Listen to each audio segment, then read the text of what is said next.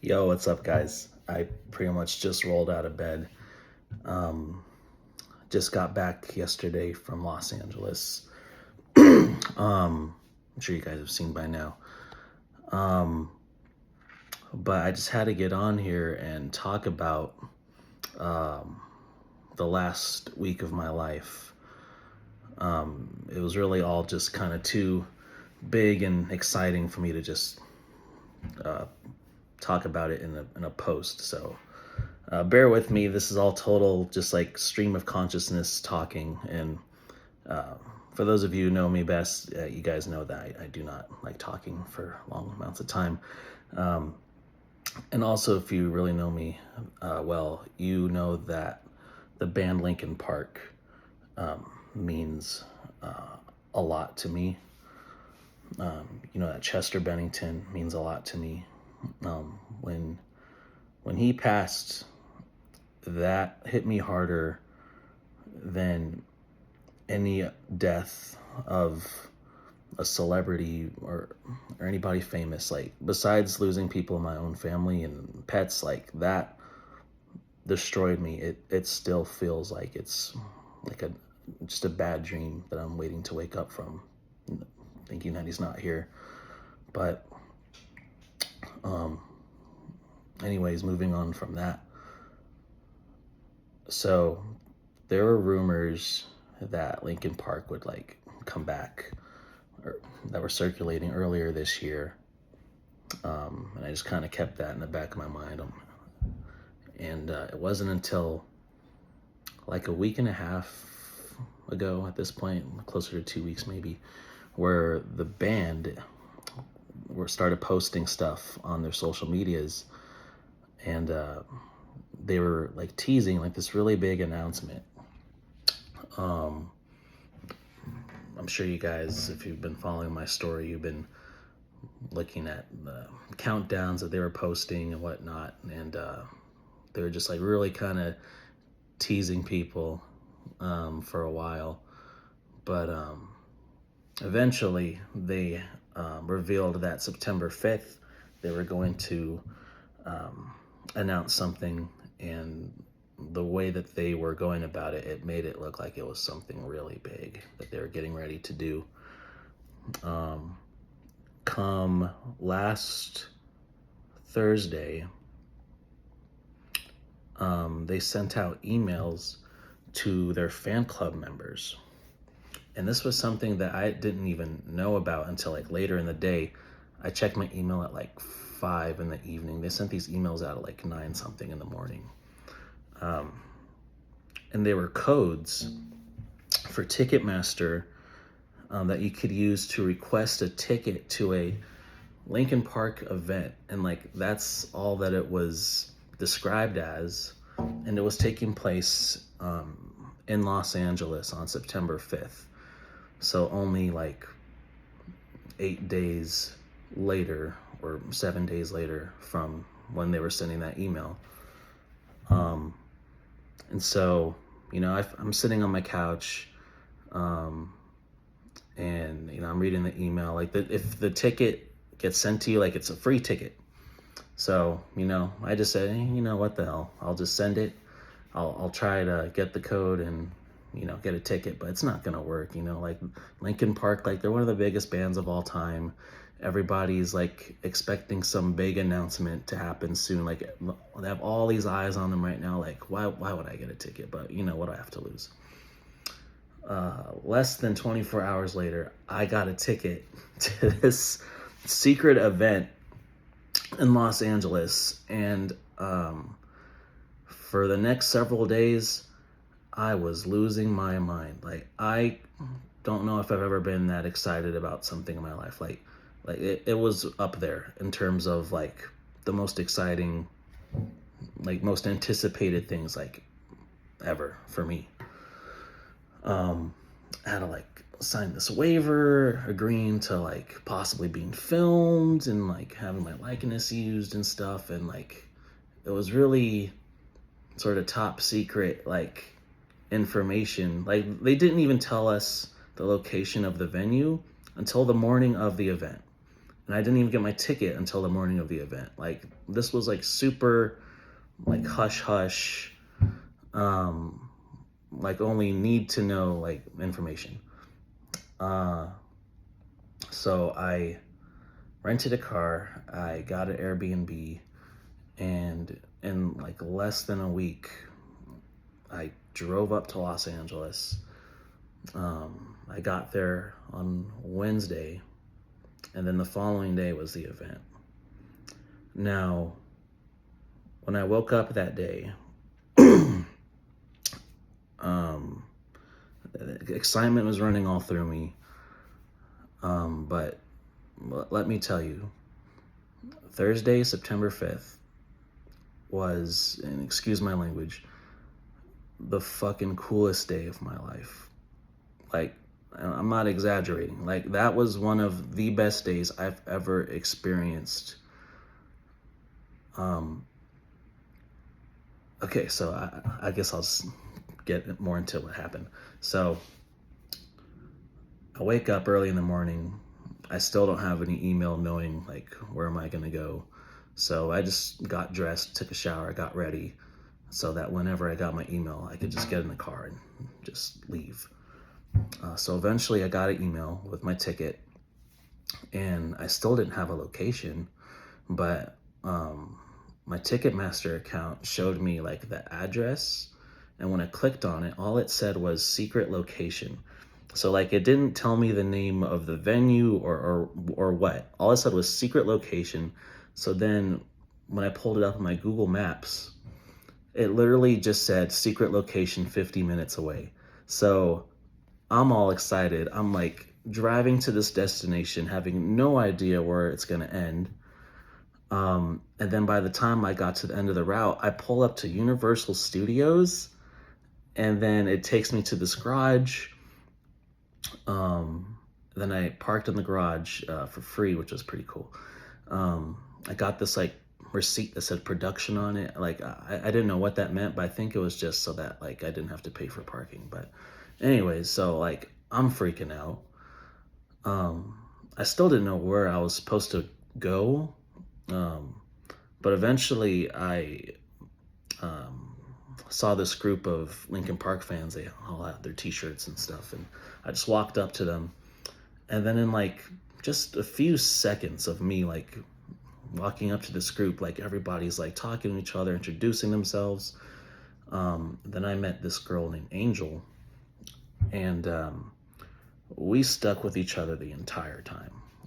So that was a highlight of the day. I made a new friend. She went with me to go get some food. And then like we literally like stuck by each other the entire time.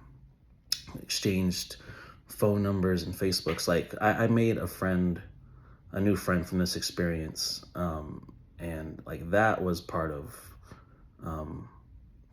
what made everything so special, was just getting to meet somebody new.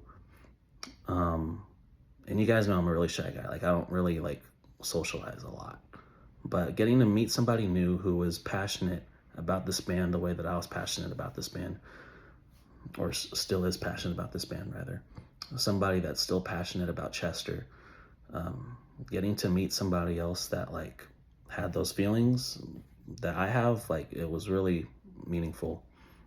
So that's a friendship that I'll cherish for the rest of my life, I'm sure.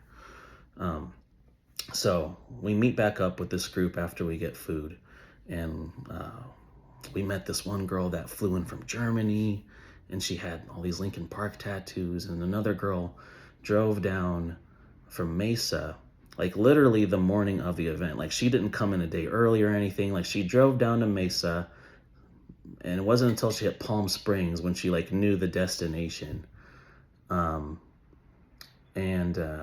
She drove all the way to Universal and then drove back home the same day. Like, she didn't stay for an extra day. Like, she drove there and back. Like, there were some dedicated fans there. And then we went downstairs to the garage, and there was this line of people, and across from the line of people were all these buses. So eventually we get to the front of the security after waiting for a while and talking amongst ourselves, and there's this camera guy that was like running down the line, like filming everybody, and we're cheering. and he was like asking people questions and stuff. So like in my mind, I'm like, okay, well this guy's like gotta like be part of like the media team for the band or something, like social media. Like this guy, like he seems official. So eventually we get past the security lines, and then we get these. Sorry, brain's farting right now.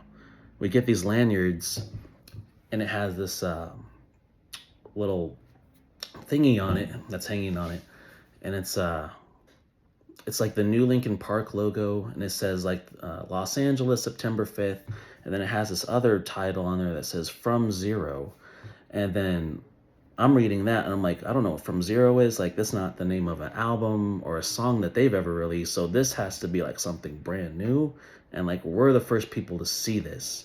So that was exciting.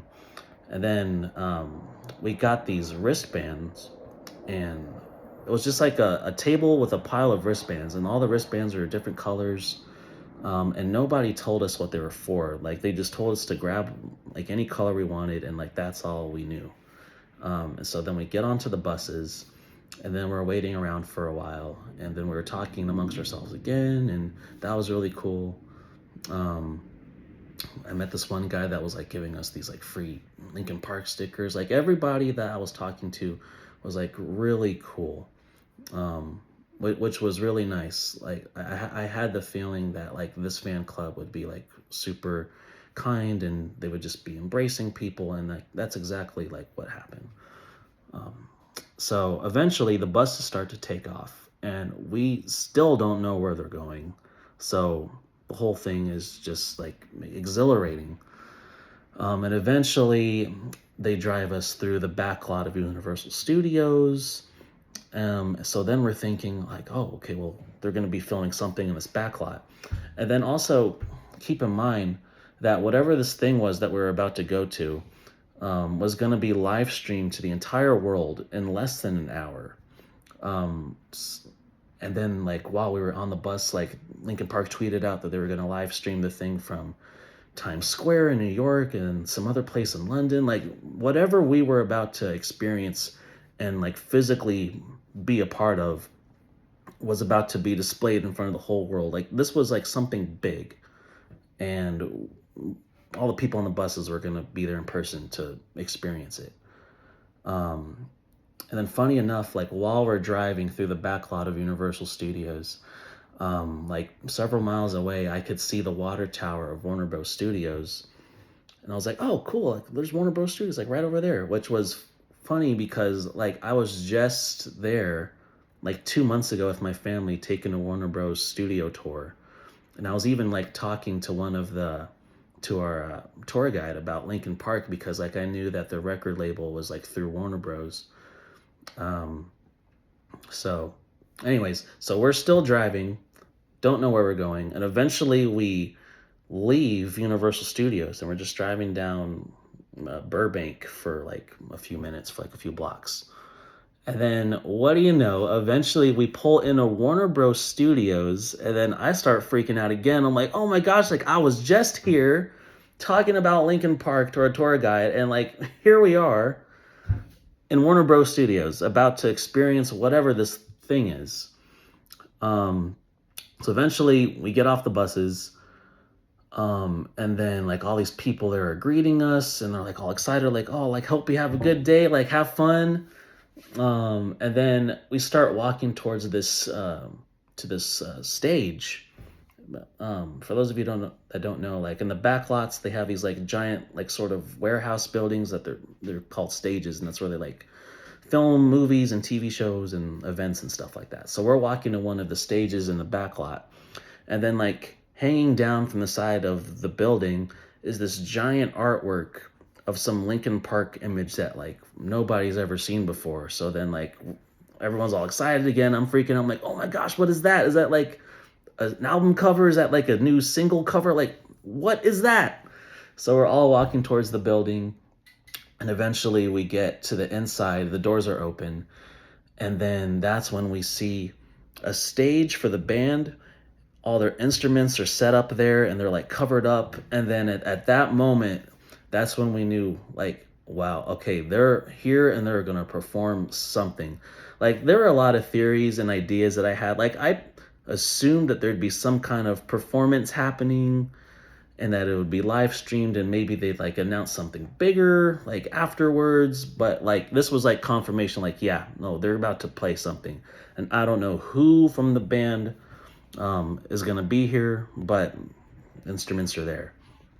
So eventually, like less than 30 minutes later, all the lights go down, the band comes onto the stage, and um, half of the surviving band members came back on the stage, and they had a new drummer walk on, and they had a new guitarist walk on. And it was in that moment where I was like, oh wow, I was thinking this, like maybe this would be a possibility, but it wasn't until that moment where I was like, wow, okay, so they're not doing it with like all the OG members. Like a couple of these guys like aren't coming back. Like it just kind of hit me in that moment, like dang, it's unfortunate, but like I respect them, their decisions. Like I understand, I get it.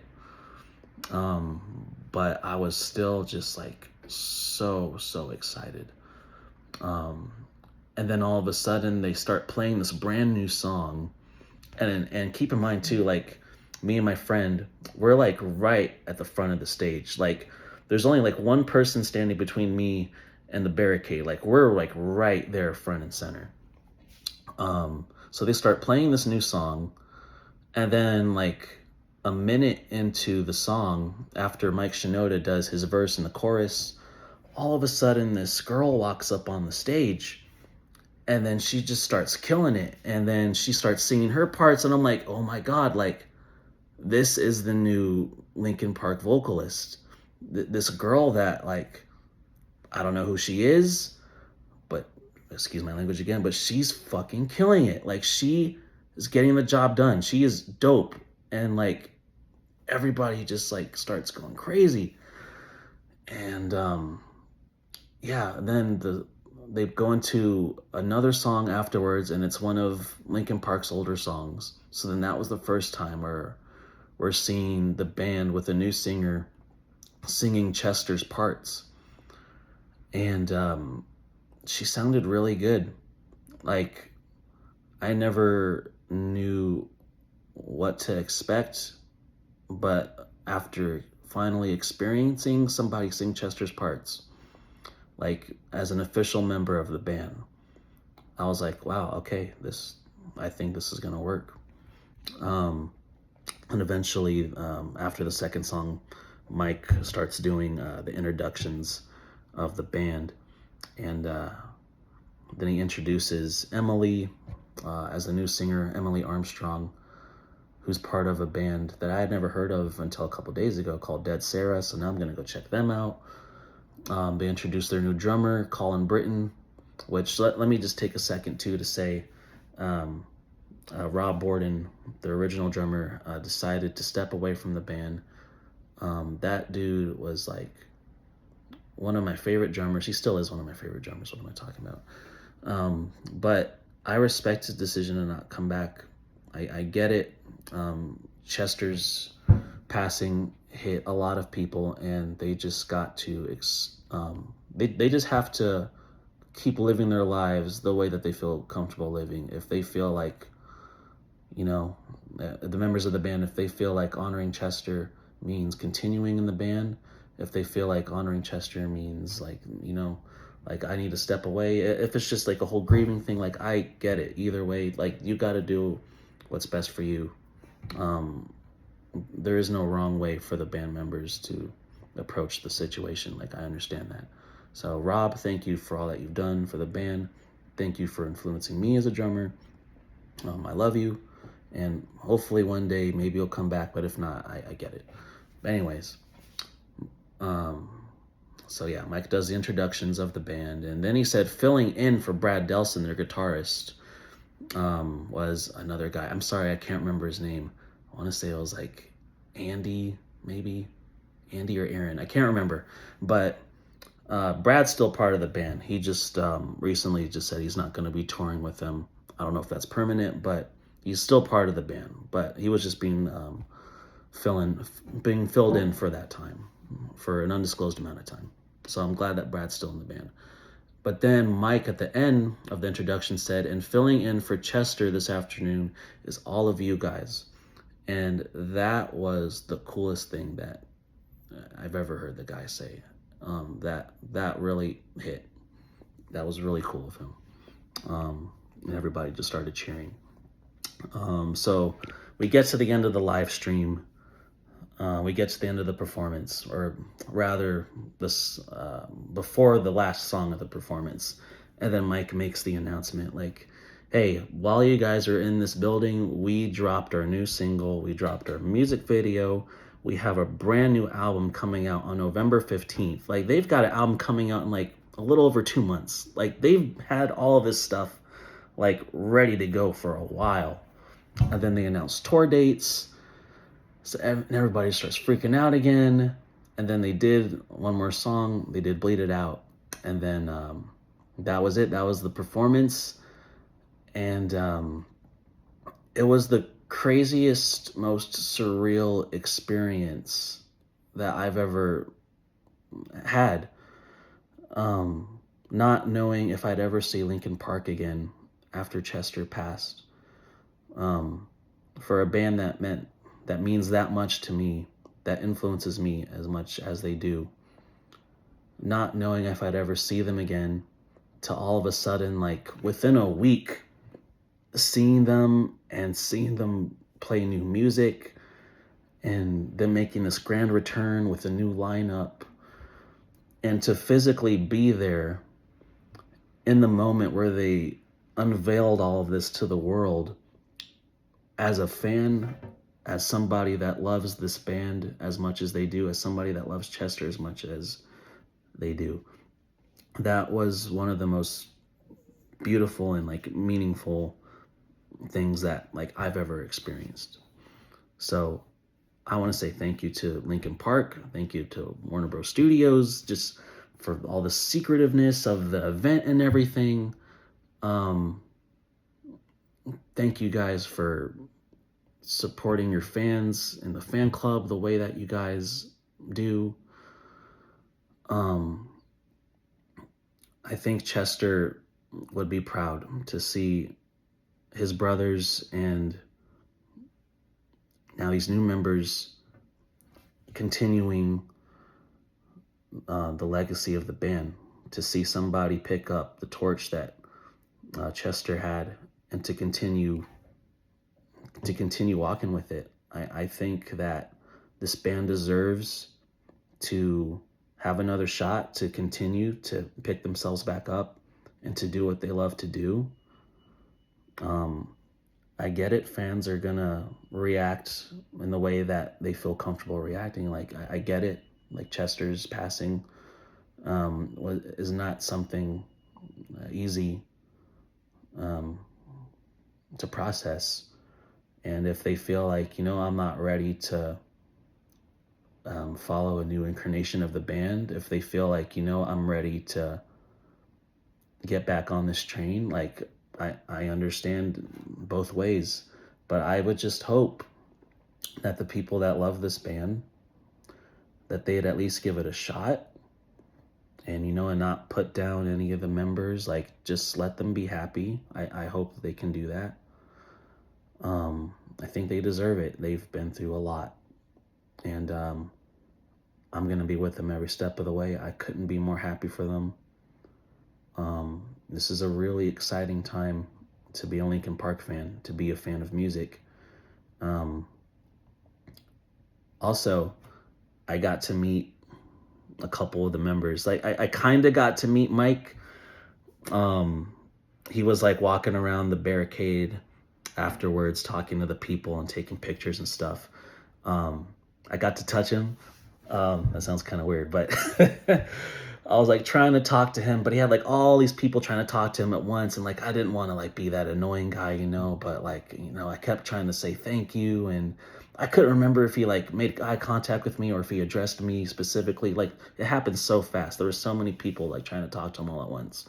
But Dave, their bass player, I actually did get to talk to him for a few seconds, and we took a couple of pictures, and that was like super, super cool.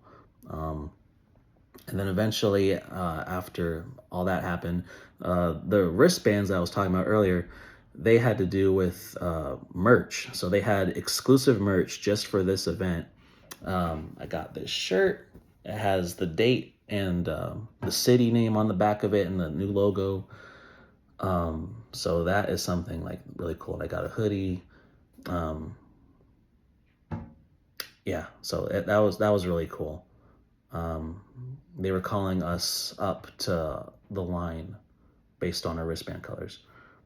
Um, so yeah, that was the event. Afterwards, me and my friend Angel got back on the bus.